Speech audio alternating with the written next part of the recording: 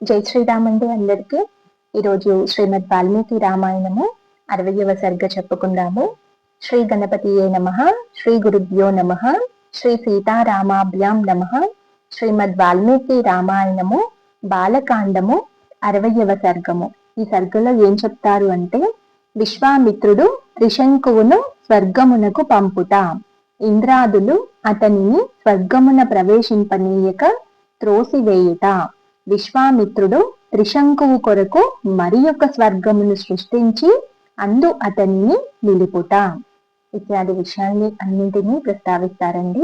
సవివరంగా చూద్దాము. 1వ శ్లోకం. తపో బల హతాన్ కృత్వా వాసిష్ఠాన్ సమహోదయాన్ ఋషి మధ్యే మహాతేజ విశ్వామిత్రోభ్యభాషత. 1వ శ్లోకం తాత్పర్యము. మహాతేజస్వియగు విశ్వామిత్రుడు వశిష్ఠపుత్రులను మహోదయుని తన తపోబలముచే దెబ్బతీసిన పిమ్మట ఋషులందరూ వినుచుండగా ఇట్లు పలికెను. నిన్నటి సర్గలో చూసాం కదండి, విశ్వామిత్రుడు వశిష్ఠపుత్రులకు మహోదయునికి ఎంత ఘోరమైన శాపం లభించిందో అలా శపించిన తర్వాత ఋషులందరూ వింటుండగా ఈ విధంగా పలుకుతున్నారంట. ఏమని పలుకుతున్నారో చూద్దాము. 2వ శ్లోకం. అయ మిక్ష్వా కుదాయాదః త్రిశంకురితి విశ్రుతః ధర్మిష్టచ్చ వదాన్యచ్చ మాం చైవ శరణం గతః. 2వ శ్లోకం తాత్పర్యము. త్రిశంకువు అను పేరుతో సుప్రసిద్ధుడైన ఇతడు ఇక్ష్వాకు వంశజుడు, ధార్మికుడు, దానశీలుడు. పూర్వము క్షత్రియ రూపమున ఉన్నవాడు, ప్రస్తుతము శాపకారణముగా చండాల రూపమును పొంది ఉన్నాడు. ఇట్టి అతడు సశరీరముగా స్వర్గమునకు చేరి దానిని వశపరుచుకోవలేనని కోరికతో నన్ను ఆశ్రయించెను. విశ్వామిత్ర మహర్షి త్రిశంకువు గురించి చెప్తున్నాడనమాట.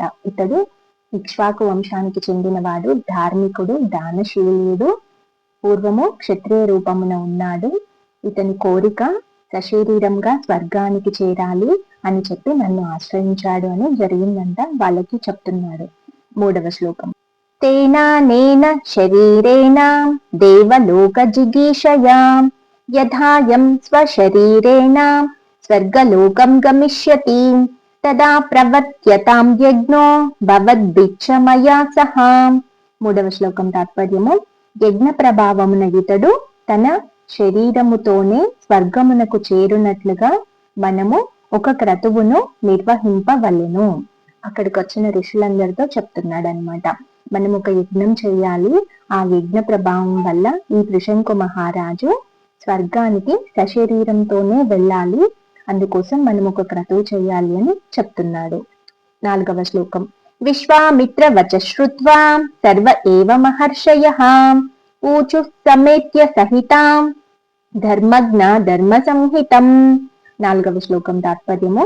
అచ్చట చేరియున్న ధర్మజ్ఞులైన ఋషులందరూ విశ్వామిత్రుని మాటలను విని తమలో తాము ఇట్లు అనుకొనిరి. 5 నుండి 7 శ్లోకాలు. అయం కుశిక దాయాదో ముని పరమకోపనః యదాహ వచనం సమ్యక్ ఏతత్ కార్యం న సంశయః అగ్నికల్పో హి భగవాన్ శాపం దాస్యతి రోషితః తస్మాత్ ప్రవర్త్యతాం యజ్ఞః సశరీరో యదా దివం గచ్చేదిక్ష్వాకుదాయాదో విశ్వామిత్రస్య తేజసా తదా ప్రవర్త్యతాం యజ్ఞః సర్వే సమదితిష్టతాం. 5 నుండి 7 శ్లోకాల తాత్పర్యము. కుశిక వంశజుడైన ఈ విశ్వామిత్రముని ముక్కోపి, ఆయన చెప్పినట్లుగానే చేయుదము, వెనుకాడవలదు.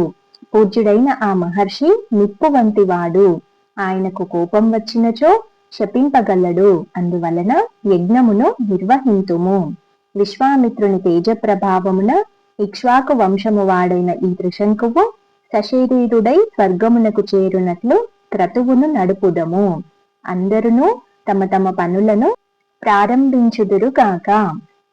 ఏమంటున్నారు అంటే, ఆ ఋషులందరూ కూడా ఈ విశ్వామిత్ర మహాముని ముక్కోపి, ఆయన నిప్పు వంటి వాడు, ఇంతకుముందు శపించాడు కదండి వాళ్ళని.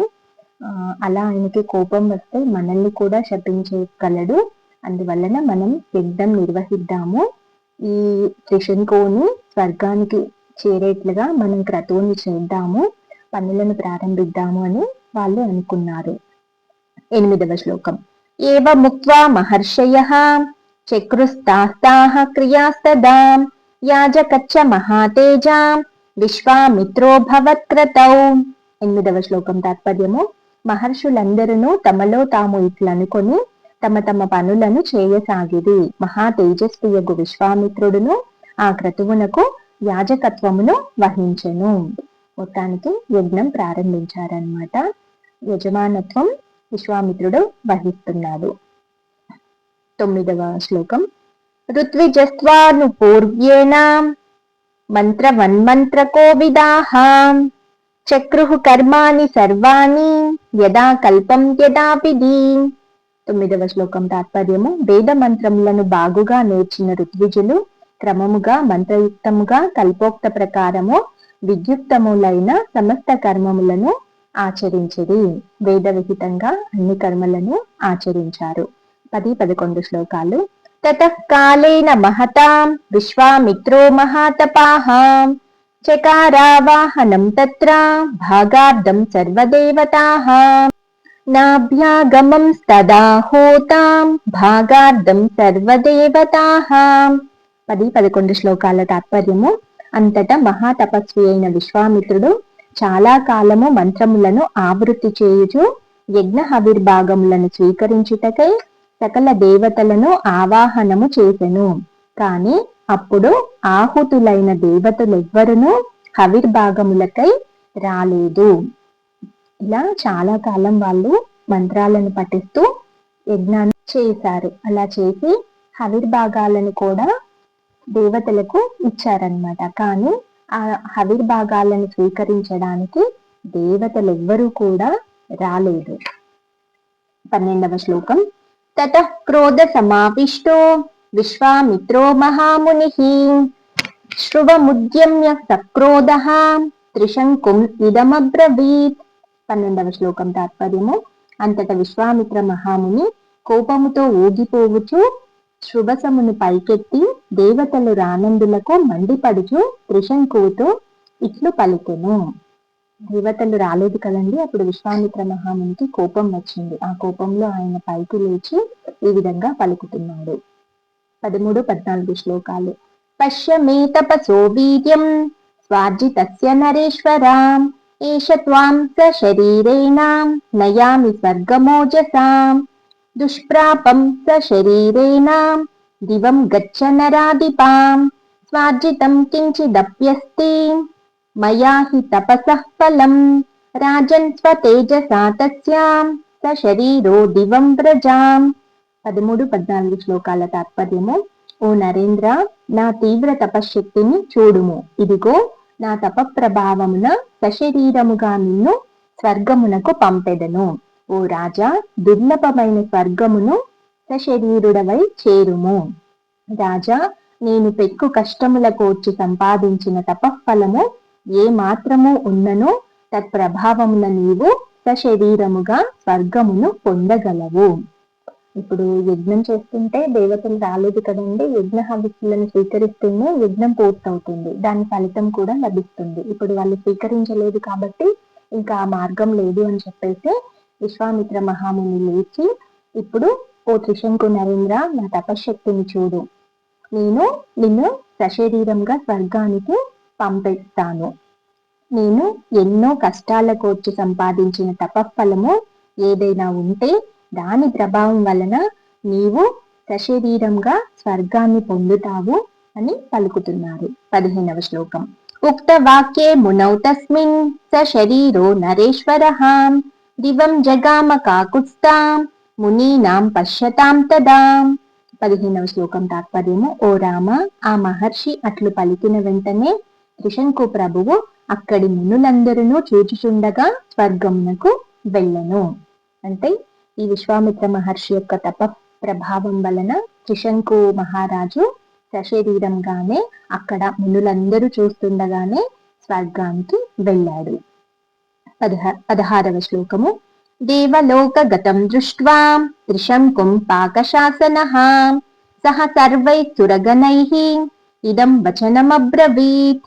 16వ శ్లోకం తాత్పర్యము స్వర్గలోకమునకు వచ్చిన త్రిశంకువును చూసి ఇంద్రుడు సర్వదేవతల సమక్షమున ఆయనతో ఇట్లు పలికెను. స్వర్గానికి త్రిశంకువు వెళ్ళగానే అక్కడ ఆయన ఇంద్రుడు చూసి దేవతలందరి ముందు ఆయనతో ఈ విధంగా పలుకుతున్నాడు. 17వ శ్లోకం త్రిశంకో గచ్చ భూయస్త్వం నాసి స్వర్గకృతాలయః గురుశాపహతో మూఢా పత భూమిమవాక్చిరాః. 17వ శ్లోకం తాత్పర్యము ఓ త్రిశంకు మరలి పొమ్ము, మూర్ఖుడా, నీవు గురువుచే శపింపబడితివి కనుక స్వర్గవాసమునకు అనర్హుడవు, తలక్రిందులుగా భూమిపై పడిపొమ్ము. ఇంద్రుడు ఏమంటున్నాడు అంటే, నువ్వు మూర్ఖుడివి, నీ గురువే వశిష్ఠుల వారు ఒప్పుకోలేదు, అతని చేత నువ్వు శపించబడ్డావు, నువ్వు స్వర్గానికి రావడానికి అనర్హుడివి, నువ్వు వెనక్కి వెళ్ళిపో, భూమిపైన తలక్రిందులుగా పడిపో అని అంటున్నాడు. 18-19 శ్లోకాలు.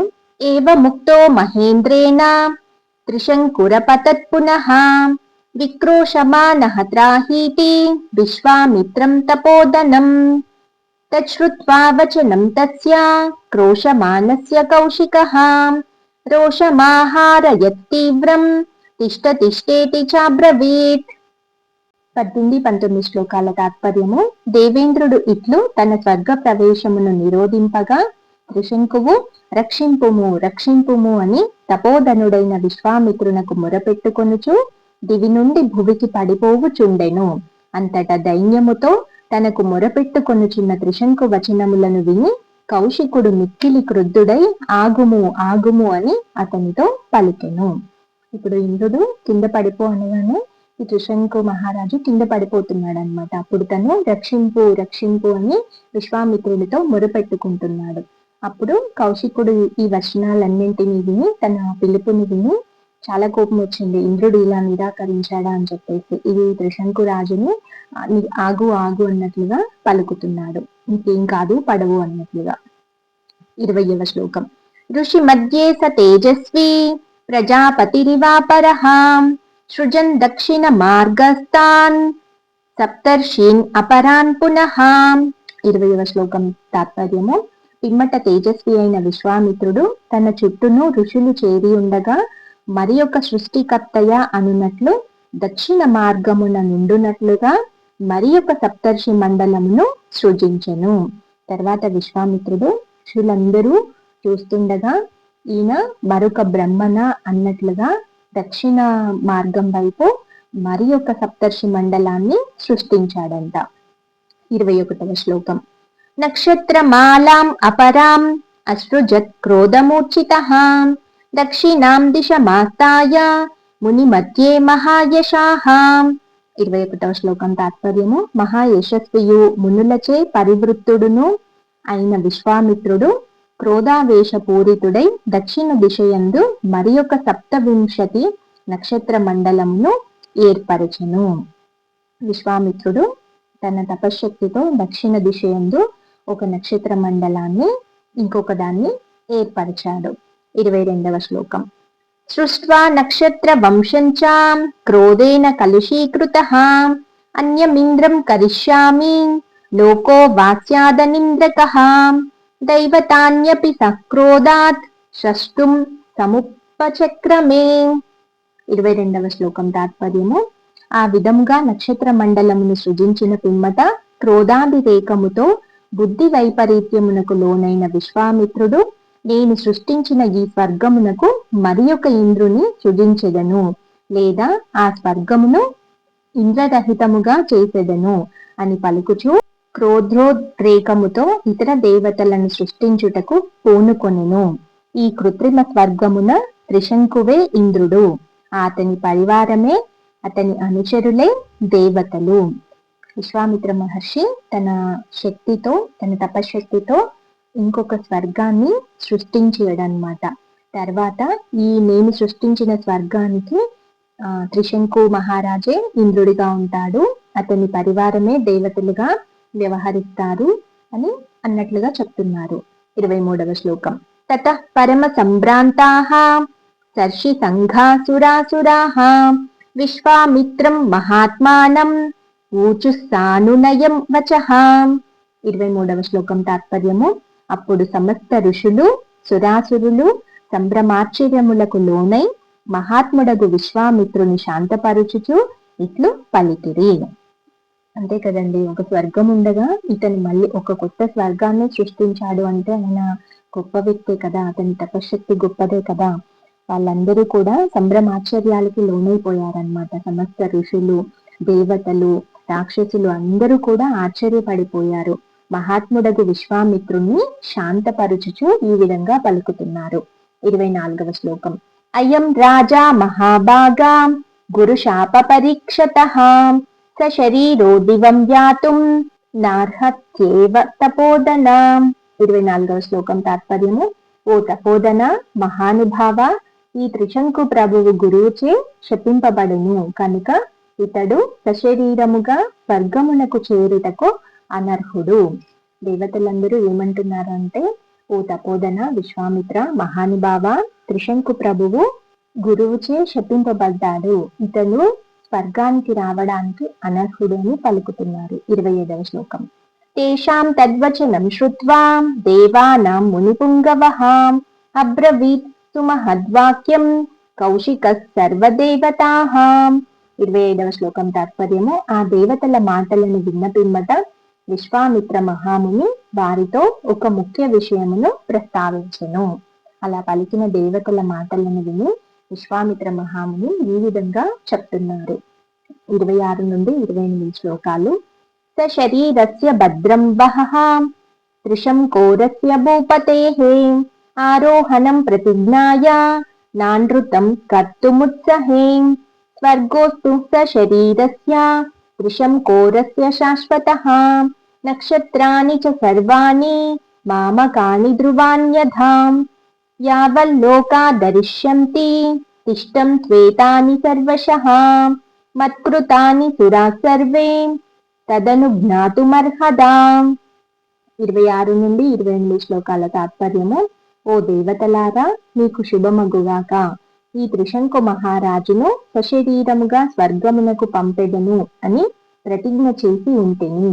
ప్రతిజ్ఞా భంగమునకు ఒడికట్ట జాలను. ప్రస్తుతము ఈ త్రిశంకువు సశరీరుడై ఉన్న అంతరిక్ష ప్రదేశమే ఆయనకు శాశ్వత స్వర్గమగుగాక. నేను సృష్టించిన నక్షత్రములన్నీయును స్థిరముగా నుండును. లోకములు అన్నియును నిలిచి ఉన్నంత వరకు నేను సృజించిన వస్తువులన్నీయును శాశ్వతముగా ఉండును. అందులకు సమస్త దేవతలను అనుమతించుడు కాక. విశ్వామిత్ర మహర్షి ఏమంటున్నారు అంటే, నేను ఈ త్రిశంక మహారాజుకు సశరీరంతో స్వర్గానికి పంపిస్తాను అని నేను ప్రతిజ్ఞ చేశాను. ఆ ప్రతిజ్ఞా భంగానికి నేను ఒడికట్టను. ప్రస్తుతము ఈ త్రిశంకు కోసం నేను ఏదైతే ఒక కృత్రిమ స్వర్గాన్ని సృష్టించానో అది శాశ్వతమవుతుంది. అక్కడ ఆయన శాశ్వతంగా ఉంటాడు.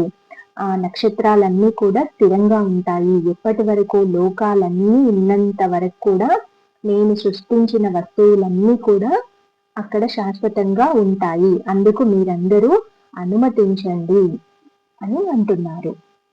29 నుంచి 31 శ్లోకాలు ఏవ ముక్తా సురా సర్వే ప్రత్యూచుర్ముని పుంగవం ఏవం భవతు భద్రం తే తిష్టం త్వేతాని సర్వశః గగనేతాన్యనేకాని వైశ్వానరపదాద్బహిః నక్షత్రాణి మునిశ్రేష్టా తేషు జ్యోతిషు జాజ్వలన్ అవాక్చిరా త్రిశంకుచ్చాం తిష్టత్వమరసన్నిభః.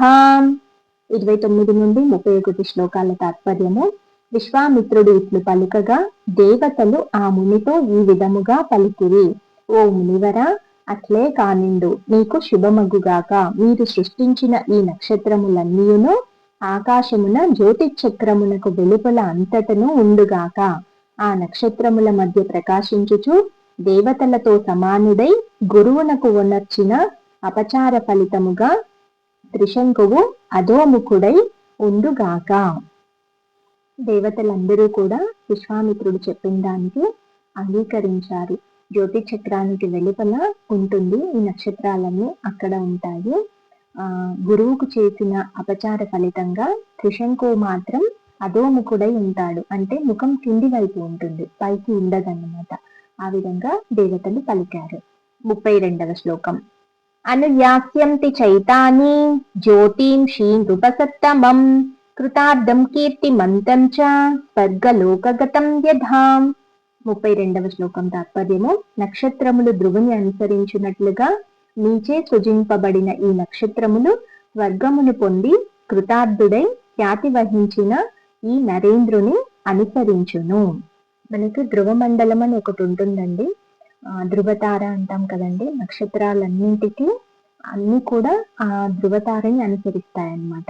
ఆ విధంగా మీరు సృష్టించిన నక్షత్రములు స్వర్గాన్ని పొంది కృతార్థుడై ఖ్యాతి వహించిన ఈ త్రిశంకు మహారాజుని అనుసరిస్తాయి అని చెప్తున్నారు. 33వ శ్లోకం. విశ్వామిత్రస్తు ధర్మాత్మా సర్వదేవైరభిష్టుతః ఋషిభిచ్చ మహాతేజ భాడమిత్యాహ దేవతాః. 33వ శ్లోకం తాత్పర్యము. పిమ్మట సమస్త దేవతలను అచట ఉన్న ఋషులను మహాత్ముడైన విశ్వామిత్రుని ప్రస్తుతించిరి. అంతటా తేజస్వి మంచిది సరే అని దేవతలతో పలికెను. అక్కడ ఉన్నటువంటి దేవతలందరూ కూడా, అక్కడ ఉన్నటువంటి ఋషులందరూ కూడా మహాత్ముడైన విశ్వామిత్రుని స్తుతించారు. తర్వాత అతడు మంచిది, అలాగే కానివ్వండి అని ఒప్పుకున్నారు. 34వ శ్లోకం. తతో దేవా మహాత్మానో మునయచ్చ తపోదనాః జగ్ముర్యథాగతం సర్వే యజ్ఞస్యాంతే నరోత్తమా. 34వ శ్లోకం తాత్పర్యము. ఓ రామ, విశ్వామిత్రుని యాజమాన్యమున యజ్ఞము పరిసమాప్తమయ్యెను. అనంతరము మహాత్ములైన దేవతలను తపోధనులైన మునులను తమ తమ స్థానములకు బయలుదేరిరి. ఇందాక ఆగిపోయిన యజ్ఞము ఇప్పుడు పూర్తయిందన్నమాట. తర్వాత ఎవరి స్థానాలకి వాళ్ళు వెళ్ళిపోయారు. ఇదండి 60వ సర్గ. అందుకే మనకి ఒక నానుడి ఉంటుంది, త్రిశంకు స్వర్గం అంటూ ఉంటారు. మీలో ఎవరికైనా విని ఉంటే ఒకసారి కామెంట్ చేయండి. ఇత్యార్షే శ్రీమద్ రామాయణే వాల్మీకియే ఆది కావ్యే బాలకాండే షష్ఠితమ సర్గః. రేపు 61వ సర్గలో కలుద్దామండి. జై జవాన్ జై కిసాన్ జై శ్రీరామ్. ధర్మో రక్షతి రక్షితః. కృష్ణార్పణం. స్వస్తి.